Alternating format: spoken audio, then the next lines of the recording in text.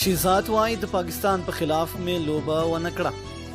سلامونه ګرانو دوستانو، وخت مو په خیر. تر ویډیو شروع کېدو د مخه که چېرته تاسو زموږ چینل سبسکرایب کړی نه وي نو زموږ چینل در سره سبسکرایب کړئ، په خوا کې ورسره د زنګ نشان هم ووهئ تر څو زموږ هره معلوماتي ویډیو در تاسو په وخت در ورسیږي.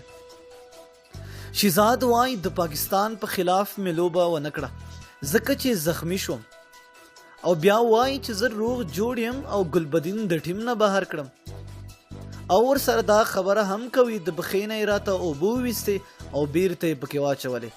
خانو شهزاد محمدي دا بیا ته څرنګه روغ یې؟ ژورنالیست ورنه تپوس کوي کله مو چې لوبه وګټله ټولو لوبغاړو دغه بریا ولمانځله، خو تاسو نه وئ او یوه ویډیو خپره شوې ده، تاسو په دغه بریا خوشحاله هم نه ښکارېدئ ځکه د افتاب نه مو مبارکي هم وانخیسته. شهزاد ورته په جواب کې وویل په دغه وخت کې زه په درد کې وم.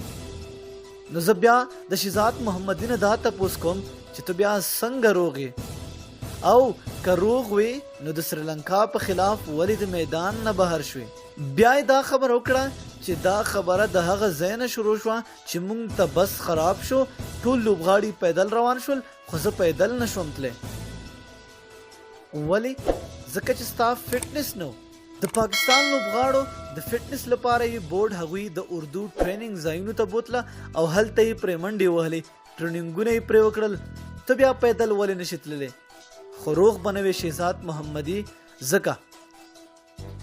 دوستانو که چېرته تاسو د شهزاد محمدي ټوله مرکه واورئ نو صفا به درته معلومیږي چې معامله ټوله اصغر لړلې ده. د خپلې کپټانۍ بیرته لاسته راوړلو لپاره یې دا ټول نفاق جوړ کړی دی. د میراثیانو ننګه مه کوئ دوستانو، راځئ کرکټ د میراثیانو نه خلاص کړئ او حقدار ته وسپارئ. خپل نظر مو لاندې په کمنټ کې شریک کړئ. که ویډیو مو خوښه شوي ویډیو سره لایک کړئ او د خپلو دوستانو سره یې شیر کړئ. د روانې ویډیو پورې د لوی الله په امان.